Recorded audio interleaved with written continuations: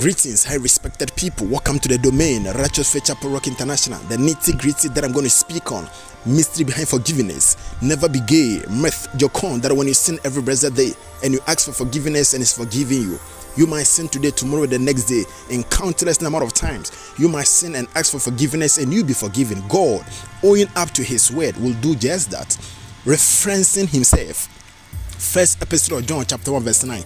I am faithful and just God, that if one confesses his sin, I will cleanse him, purge him from anything unrighteous.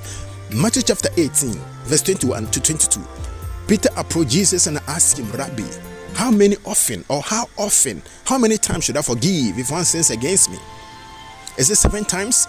Peter at that time was interceding for the people of this generation. But then he turned and answered, I do not say to you that it is 7 times, but today I make it clear. It is 70 times 7. Arithmetically, 70 times 7 is what? 490 times. God, being merciful, will forgive you this number of times. But then, let me tell you the mystery behind forgiveness. Today, there are couples in the house. They don't talk to each other. Friends and family, even in churches. Enmity in the church.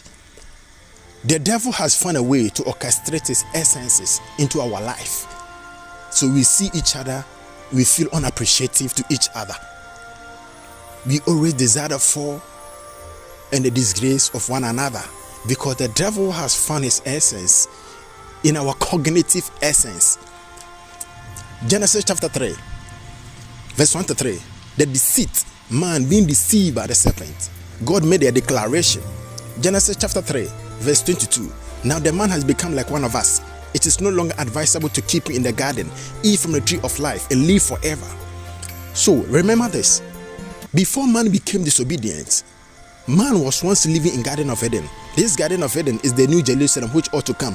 Revelation chapter 12. Now I saw the New Jerusalem coming out of God from heaven. This same Jerusalem, in the Garden of Eden, we were created and kept in. But the moment we became disobedient, we were taken or expelled from our rightful place. We are here on this earth because of the nature cause sin that we took upon ourselves. So when somebody with the notion, so this is to guide us consciously. Admonish the notion that no one is perfect, no man can be perfect, so that you will never keep to yourself going on and on and on, engaging yourself in the wrong things, saying no man is perfect, but consciously to guide against your steps, so that you will not embody yourself in the wrong things and find something to back your days.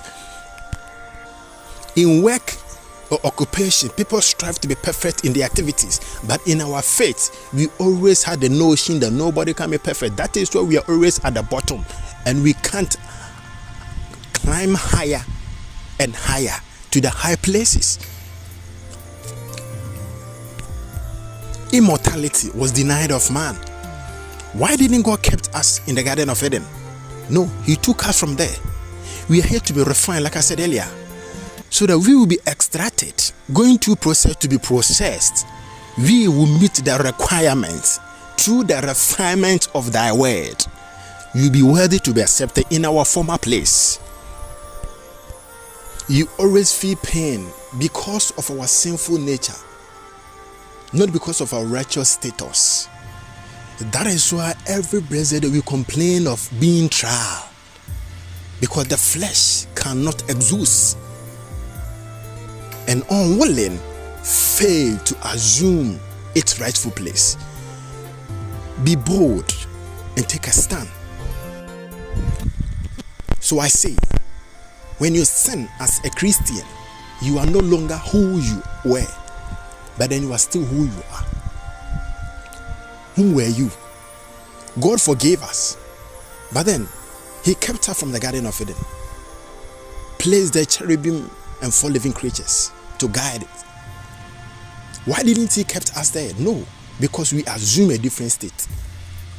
So when you sin, you move